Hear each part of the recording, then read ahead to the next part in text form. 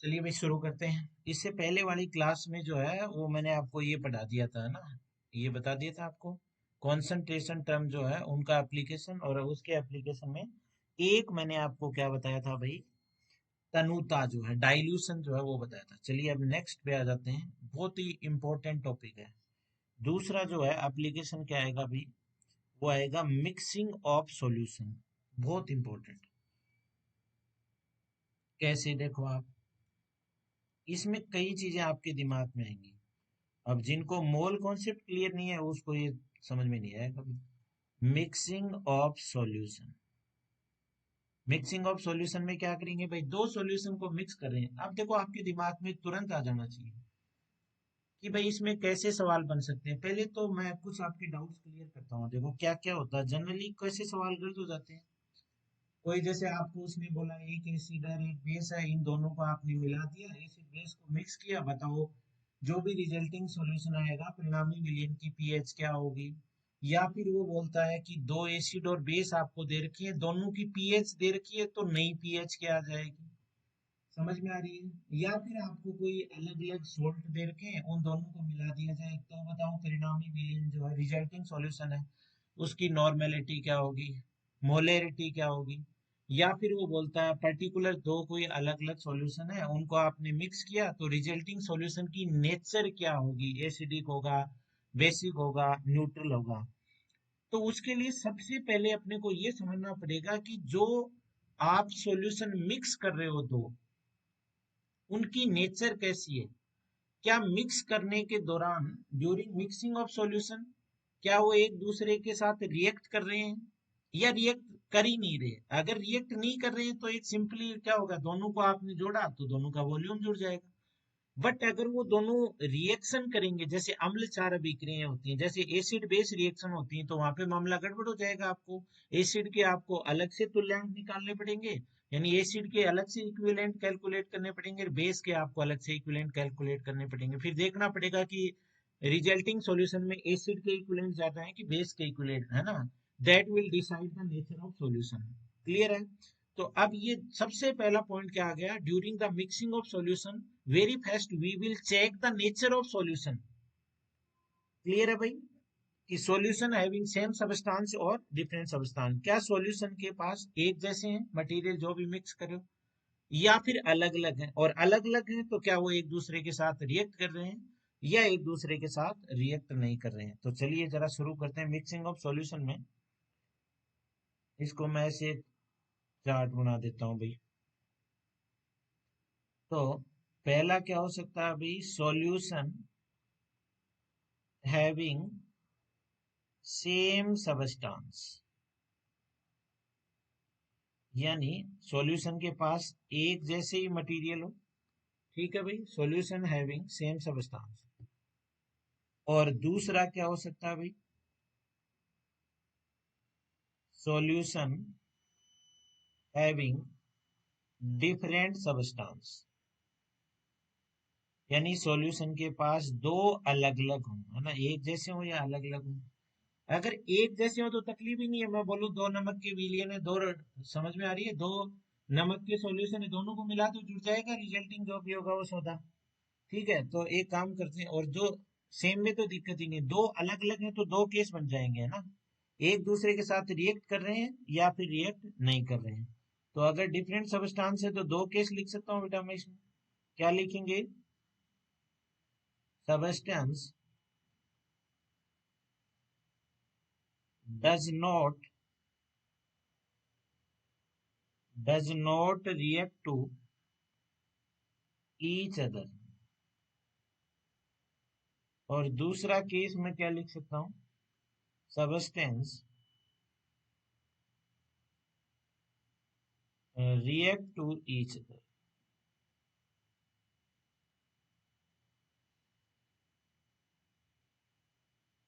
तो सबसे पहला जो केस अपन पढ़ेंगे सेम सबस्टेंस का, तो इसमें आ जाते हैं अपन।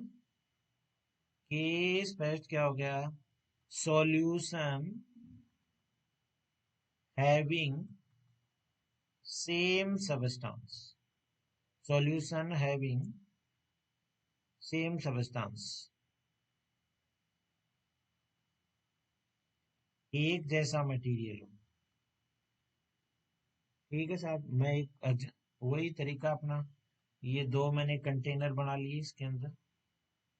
चलिए, इसका वॉल्यूम V1 मान लिया, इसकी मोलरिटी M1 मान ली, इसका इसमें जो विलेय के मोल्स हैं, मोल्स ऑफ सोल्यूट आपने क्या मान लिया, N1। एक ऐसे ही मैंने दूसरा बना लिया भाई, दूसरा जो है इसका वॉल्यूम क्या है V2, इसकी मोलरिटी क्या है N2, सोल्यूट के जो मोल है वो N2। ठीक है, दोनों में एक जैसा सामान है, दोनों को मिला रहे हैं।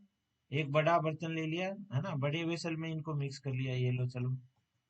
ठीक है भाई, अब अपने को ये बताना जो आफ्टर द मिक्सिंग जो रिजल्टिंग सॉल्यूशन है उसकी मोलरिटी क्या है। चलो मैंने M मान लिया इसको, ये अपन फाइंड आउट करेंगे। जब दोनों एक जैसे हैं तो दोनों के मोल जुड़ जाएंगे कि नहीं जुड़ेंगे, तो N1 प्लस N2, और वॉल्यूम भी डेफिनेटली क्या आ जाएगा भाई, V1 प्लस V2।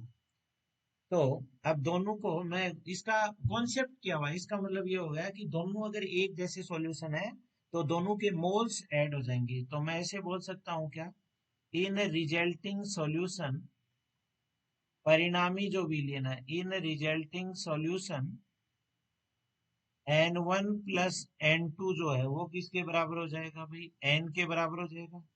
और मैंने आपको बताया मोलरिटी क्या होती है, N अपॉन V, तो N बराबर क्या आ गया, M इंटू V आ गया क्या।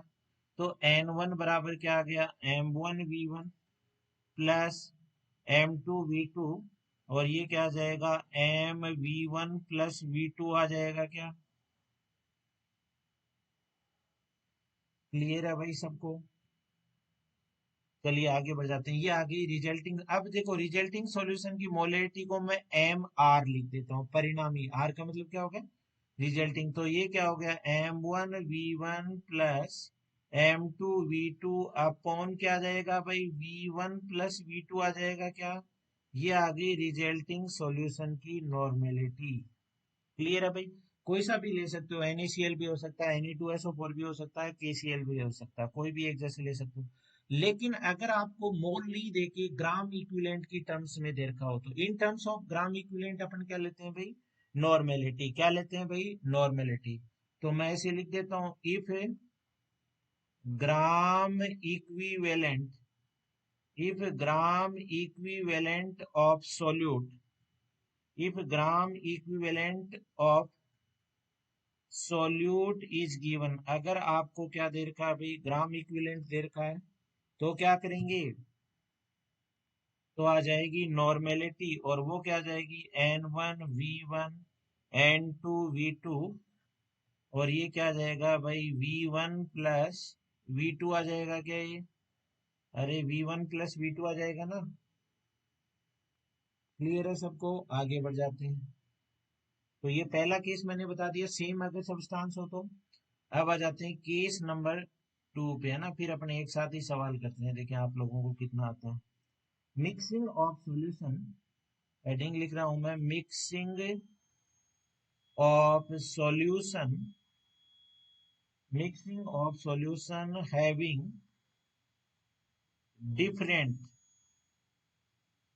Mixing of solution having different substance, अलग अलग मटेरियल दे रखा है, substance which does not react, which does not react, which does not react to each other, यानी जो मसाला है वो एक दूसरे के साथ में रिएक्शन नहीं कर रहा, यानी जो मटेरियल ले रखा है वो एक दूसरे के साथ रिएक्शन नहीं कर रहा। तो एक एग्जांपल मैं आपको समझाता हूँ, आपकी समझ में आ जाएगा। जैसे मैंने कहा Na2SO4 ले लिया, Na2SO4 का विलियन है, और एक मैंने H2SO4 का विलियन ले लिया। तो Na2SO4 क्या लवण है भाई, परबल अम्ल और परबल सार से, स्ट्रॉन्ग एसिड और स्ट्रॉन्ग बेस का लवण है। और स्ट्रॉन्ग एसिड और स्ट्रॉन्ग बेस के जो सोल्ट होते हैं वो न्यूट्रल होते हैं। कैसे होते हैं भाई, न्यूट्रल। और H2SO4 एक स्ट्रॉन्ग एसिड है, तो न्यूट्रल है, तो इसके तो कोई फर्क ही नहीं पड़ेगा ना। अरे अगर ये न्यूट्रल इन नेचर है तो ये बिल्कुल ऐसे जस्ट लाइक H2O सॉल्यूशन की तरह बिहेव करेगा, कंप्लीटली न्यूट्रल हो गए। तो अपन एक काम करते हैं, जरा एक कंटेनर बना लेते हैं जैसा पहले अपने बनाया। तो एक कंटेनर में तो आप क्या ले लोगे भाई, Na2SO4 ले लो। ये कंटेनर जो है, इसके अंदर मैंने क्या ले लिया भाई, Na2SO4 क्या ले लिया मैंने इसमें, Na2SO4, और जो दूसरा जो है उसके अंदर मैं ले लेता हूं H2SO4। दूसरा जो है वो मैंने क्या ले लिया भाई, H2SO4, ठीक है। ये करो इसके अंदर। अब देखो Na2SO4 जो सॉल्यूशन है उसकी मोलरिटी मैं ले रहा हूँ M1, इसका वॉल्यूम V1, इसके मोल N1, और H2 और H2SO4 है M2, वॉल्यूम के लिया इसमें V2 और मोल ले लिए मैंने N2। इन दोनों को किसी बड़े बर्तन में मिलाओ भाई। अरे दोनों आपस में रिएक्ट तो कर ही नहीं रहे हैं, और सॉल्यूशन है तो वॉल्यूम तो जुड़ना ही फाइनली है ना। तो देखो अब क्या होगा, इसका वॉल्यूम जो आ जाएगा वो आ जाएगा V1 प्लस V2 आ जाएगा क्या। लेकिन अब मैं मोल नहीं जोड़ सकता क्योंकि मेरे पास तो अलग अलग हो गए ना। तो अब इसको आपको ये बताना है कि जो परिणामी सॉल्यूशन है उसमें हाइड्रोजन आयन की मोलरिटी क्या है। वो कहेगा सोडियम आयन की मोलरिटी क्या है, और वो आपको पूछेगा बताओ सल्फेट आयन जो है उसकी मोलरिटी क्या है। ये सवाल जो आपको पूछा जाएगा, क्योंकि इस रिजल्टिंग सॉल्यूशन में तो सारे ही आ गए ना। सोडियम आयन भी है, इसके अंदर H प्लस आयन भी है, और इसके अंदर SO4 2 माइनस आयन भी है। कैसे करेंगे, पहली बात मैंने आपको मोलेरिटी, एक बार जनरल उस कॉन्सेप्ट पे आ जाते हैं फिर सबकी एक साथ ही निकालते हैं।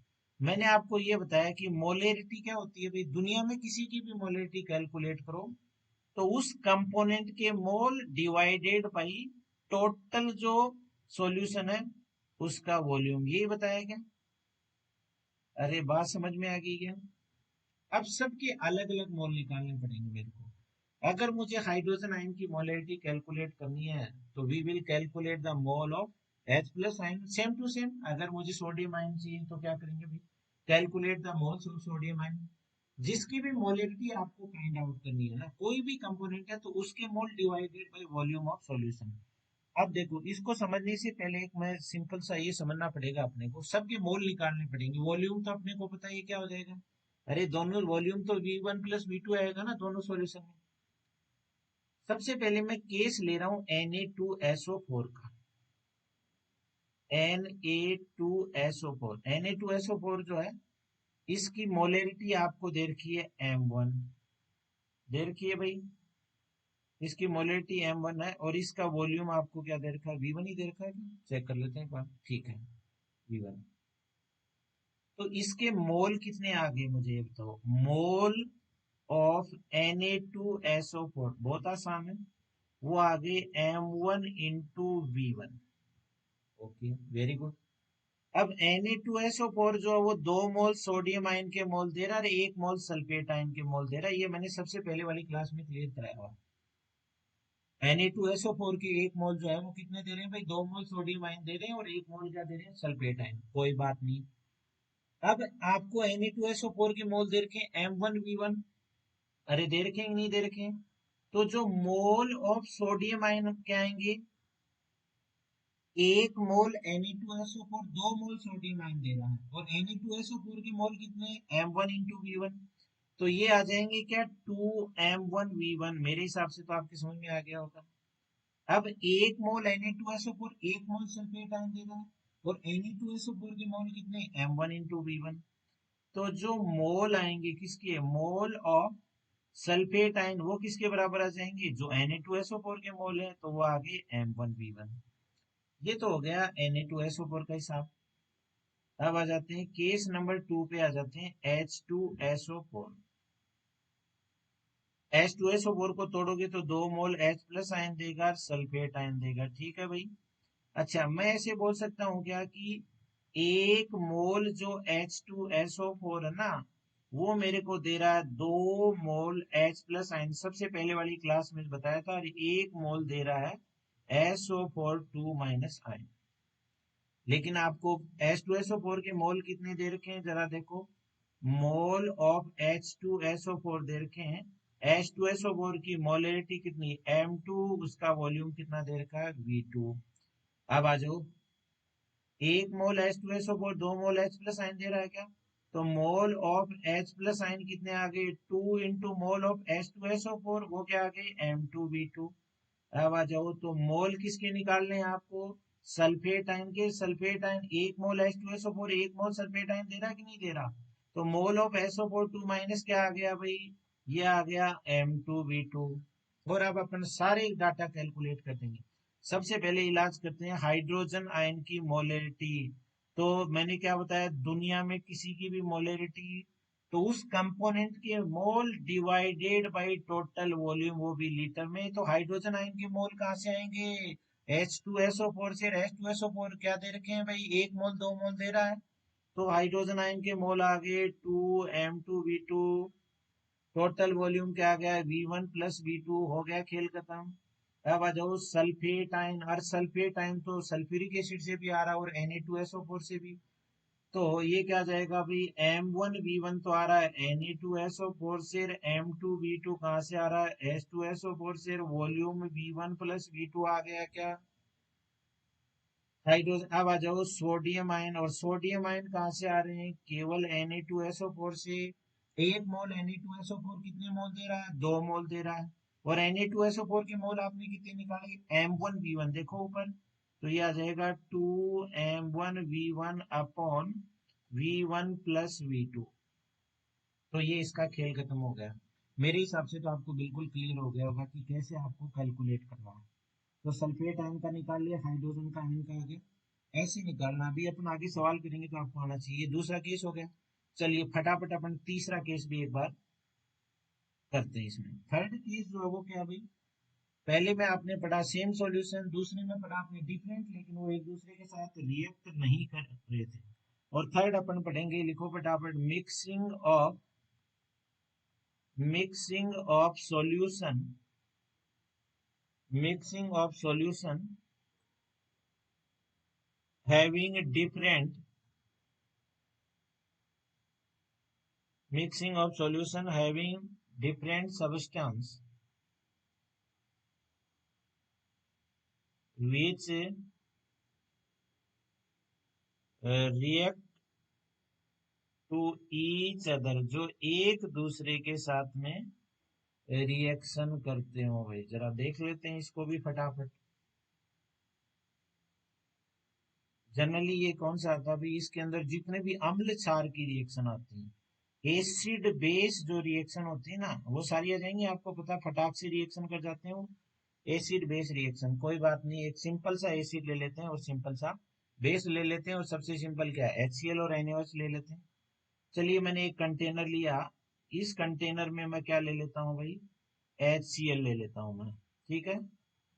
एक कंटेनर में मैंने क्या ले लिया भाई? एसिड ले लिया। एसिड में ले लेता हूँ HCl। आप और भी ले सकते हो, कोई बात नहीं। और इसकी मोलरिटी जो है, इस सॉल्यूशन की मोलरता M1, इसका आयतन वॉल्यूम क्या है भाई? V1। और दूसरे में मैंने एक क्षार ले लिया बेस। और ये जो है इसकी जो मोलरिटी है वो मैंने क्या ले ली भाई? M2 ले ली। ठीक है। इसका वॉल्यूम मैंने क्या ले लिया? V2। ये क्या है? बेस। और ये मैंने ले लिया NaOH। क्या ले लिया भाई? NaOH। चलिए तो आगे बढ़ जाते हैं।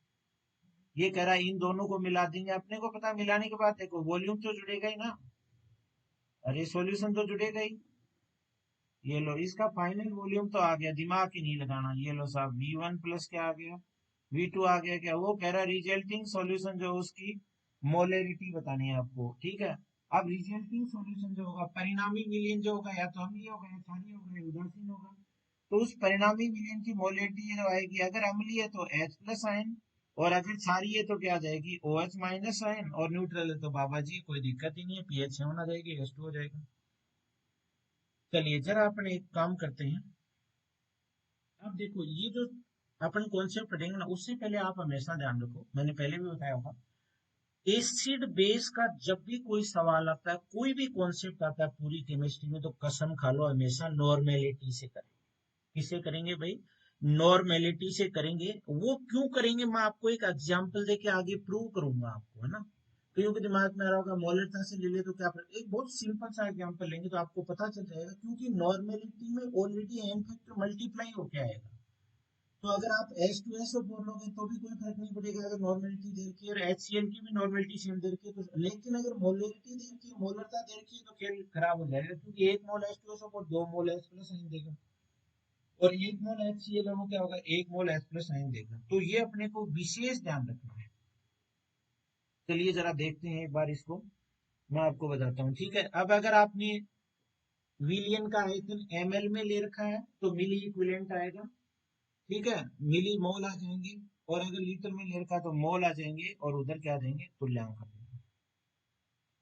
चलिए अगर मैं बात करूं HCl जो है, HCl के अगर मैं मोल की बात करूं तो वो क्या आ जाएंगे भाई, M1 और V1 आ जाएंगे क्या। और NaOH जो है उसके अगर मैं मोल की बात करूं तो वो क्या आ जाएंगे भाई, M2 V2। चलिए अब मैंने कहा जनरली मोलरता से सोल्व नहीं करना आपको, अरे किससे करना है भाई, तुल्यांक से। तुल्यांक का मतलब नॉर्मल था। तो HCl के अगर मैं किसकी बात करूं, इक्विवेलेंट, HCl के इक्विवेलेंट है, तुल्यांक की बात करूं तो N1V1। समझ में आ रही है बात। और अगर मैं NaOH के इक्विवेलेंट या तुल्यांक की बात करूं तो वो क्या आ जाएंगे भाई, N2V2। और मैंने बताया है अपने को कौन सा काम में ये भी ले सकते हैं, जब आपकी महारत हासिल हो जाएगी तो आप मोल से भी कर सकते हो, लेकिन आप नॉर्मेलिटी से करेंगे तो सवाल की गलत होने के चांस बिल्कुल नए के बराबर होंगे, बहुत कम चांस आपका सवाल गलत हो। चलिए ठीक है, HCl की निकाल ली। अब देखो आपके पास HCl के भी आगे और NaOH के भी आगे, तो दो केस हो सकते हैं इसमें। क्या हो सकते हैं, इधर मैं ले लेता हूं बेटा केस 1, और इधर मैं ले लेता हूं केस 2। केस 1 में हो सकता है अगर आपको HCl जो है उसके इक्विवेलेंट या तुल्यांक जो है, मैं शॉर्ट में लिख रहा हूँ, इक्वी समझ जाएंगे आप, HCl के तुल्यांक अगर आपको ज्यादा दे रखे हैं NaOH से, NaOH के जो तुल्यांक उससे ज्यादा तो क्या होगा, डेफिनेटली जो रिजल्टिंग सॉल्यूशन होगा, परिणामी विलयन कैसा होगा भाई, अम्लीय होगा। तो देखो HCl को क्या लिया आपने, M1 लिया है क्या। तो आप ऐसे करेंगे, इस कंडीशन में कैसे निकालेंगे भाई, जो ज्यादा है M1V1 माइनस M2V2, यहाँ पे दोनों का n फैक्टर 1 है तो यहाँ तो कोई फर्क नहीं पड़ेगा ना मोलरिटी और उससे। M2V2 इक्वल टू जो परिणामी विलयन है, रिजल्टिंग सॉल्यूशन की नॉर्मेलिटी MR आ जाएगी क्या, और ये वॉल्यूम जुड़ जाएगा V1 प्लस V2। या फिर मैं तुल्यांक में लूंगा तो N1V1 माइनस का N2V2, और रिजल्टिंग सॉल्यूशन की नॉर्मेलिटी जो मुझे ज्ञात करना है V1 प्लस V2, ये आएगा कि नहीं आएगा ये बताओ। और इससे मैं निकाल लूंगा जो भी परिणामी आ रहा है NR, वो मेरा आ जाएगा N2, सॉरी आपने क्या लिया है इसके अंदर, एसिड लिया ना, तो पहले किसको लेना पड़ेगा भाई, N1V1 माइनस का N2V2, और ये आ गया V1 प्लस V2। ये फॉर्मूला आ गया, वेरी इंपॉर्टेंट। अब ये जो रिजल्टिंग सॉल्यूशन की नॉर्मेलिटी आ रही है, ये नॉर्मेलिटी मेरी क्या हो जाएगी भाई, H प्लस आयन की नॉर्मेलिटी हो जाएगी। यानी H प्लस आयन की आपके पास सांद्रता आ गई, concentration of H plus ion आ गई इन टर्म्स ऑफ नॉर्मेलिटी, और H प्लस आयन की कॉन्सेंट्रेशन आ गई, तो फिर आगे अपन आयनिक इक्विलिब्रियम में पढ़ेंगे, पीएच भी निकाल सकते हो, अभी नहीं बताऊंगा मैं, माइनस का लोग H प्लस आयन की कॉन्सेंट्रेशन से आप क्या निकाल सकते हो भाई, पीएच भी निकाल सकते हो। PH plus pOH equal to क्या होता है ना, ये धीरे आगे समझेंगे। पीएच प्लस पीओएच, इसकी वैल्यू कितनी हो जाएगी भाई, 14 होती है क्या, पी के प्लस पी के भी, इनकी भी वैल्यू 14 होती है। ये सब मैं आपको आयनिक इक्विलिब्रियम में ड्राइव करके बताऊंगा ना, आयनिक सामने जब आप पढ़ेंगे उसमें आ जाएगा, फिलहाल के लिए अपने को H प्लस आयन से मतलब। ठीक है, अब दूसरा क्या होगा भाई, केस नंबर 2 में इसका उल्टा हो जाएगा ना। अगर मान लो NaOH, NaOH जो है उसके तुल्यांक ज्यादा है ना, किसे, HCl के तुल्यांक से, HCl के इक्विवेलेंट से। तो क्या करेंगे, उसमें से माइनस करना पड़ेगा। NaOH का क्या है भाई, मोलरता M2, तो यहाँ तो ले सकते हैं कोई दिक्कत नहीं क्योंकि n फैक्टर 1 है। M2V2 माइनस का M1V1, रिजल्टिंग सॉल्यूशन की मोलरिटी मुझे कैलकुलेट करनी है V1 प्लस V2, और इन टर्म्स ऑफ नॉर्मेलिटी क्या आ जाएगा, N2V2 माइनस का N1V1, और रिजल्टिंग सॉल्यूशन की normality NR V1 plus V2। तो NR जो है वो मेरा क्या आ गया भाई, N2V2 माइनस N1V1 अपॉन क्या आ गया भाई, V1 प्लस V2 आ गया क्या। और ये जो रिजल्टिंग सॉल्यूशन की नॉर्मेलिटी आएगी NR, ये मेरा एक्चुअली किसको बताएगी, OH माइनस आयन की कॉन्सेंट्रेशन को। और OH माइनस आयन से मैं क्या निकाल सकता हूँ भाई, अरे POH निकाल सकता हूँ क्या, माइनस का लोग OH माइनस आयन की कॉन्सेंट्रेशन। क्लियर है भाई, ये आपने ये कॉन्सेप्ट सीख लिया। ठीक है, तो ये सारे हो गए, सारे आपको मैंने केस बता दी। अब एक सवाल करते हैं, ठीक है, जरा बहुत आसान सा सवाल करेंगे, आपको समझ में आ जाएगा। नॉर्मेलिटी और मोलरिटी में डिफरेंस क्या है ना, नॉर्मलता और मोलरता में क्या है, तो मैं कंपेयर करके बताता हूँ। देखो आपको पता चल जाएगा कि वास्तव में क्या फर्क पड़ेगा। एक मोल ले लें तो अगर नॉर्मेलिटी ले रखी है तो क्या फर्क पड़ेगा। ठीक है, इसको जरा देखते हैं एक बार क्या फर्क पड़ेगा।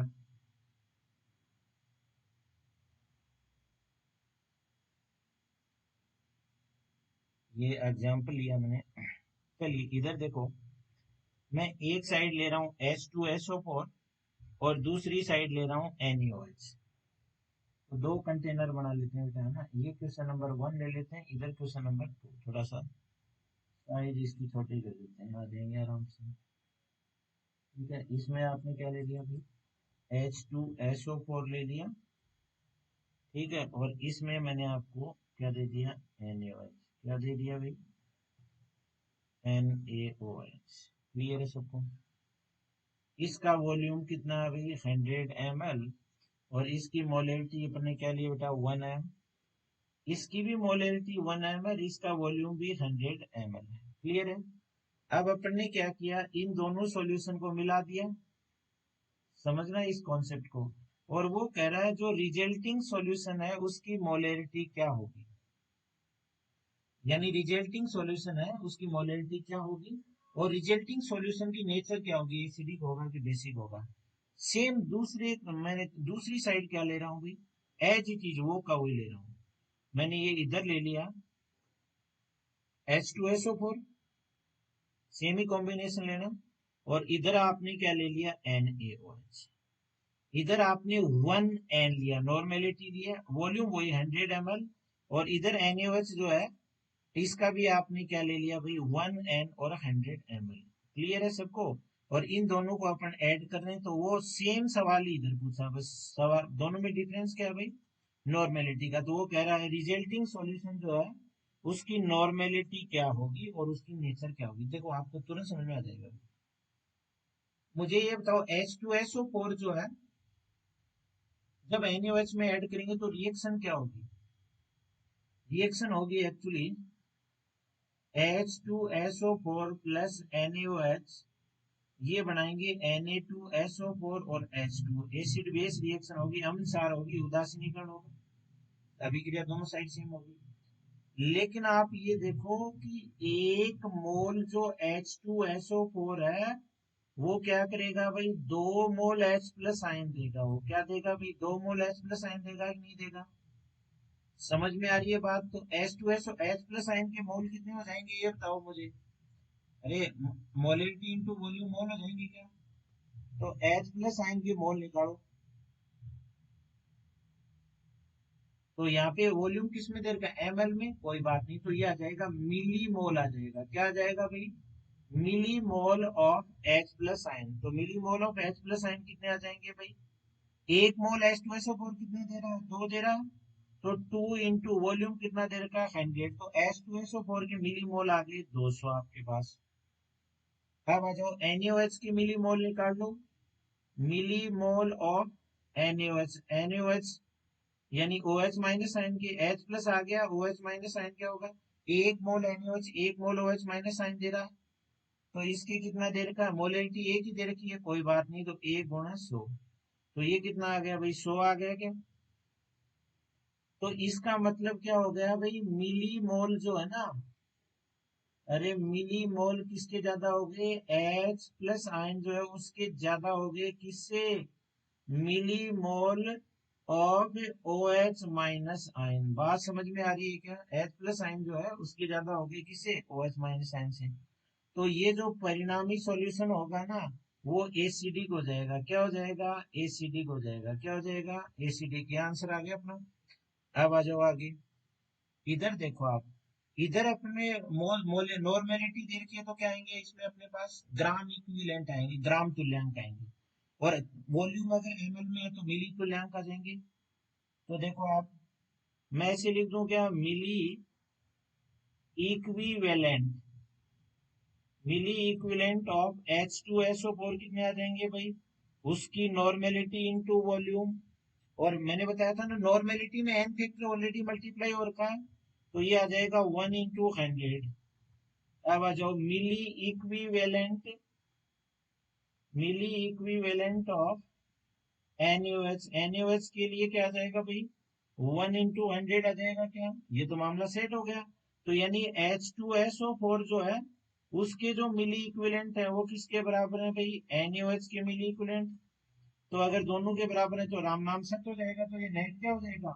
अरे 100 - 100 0 हो गया। तो रिजल्टिंग सॉल्यूशन जो है ना, एन आर में जो है ना, तो होगा H प्लस आयन भी नहीं होंगे, और ना ही उसके अंदर क्या होंगे भाई? OH माइनस होंगे।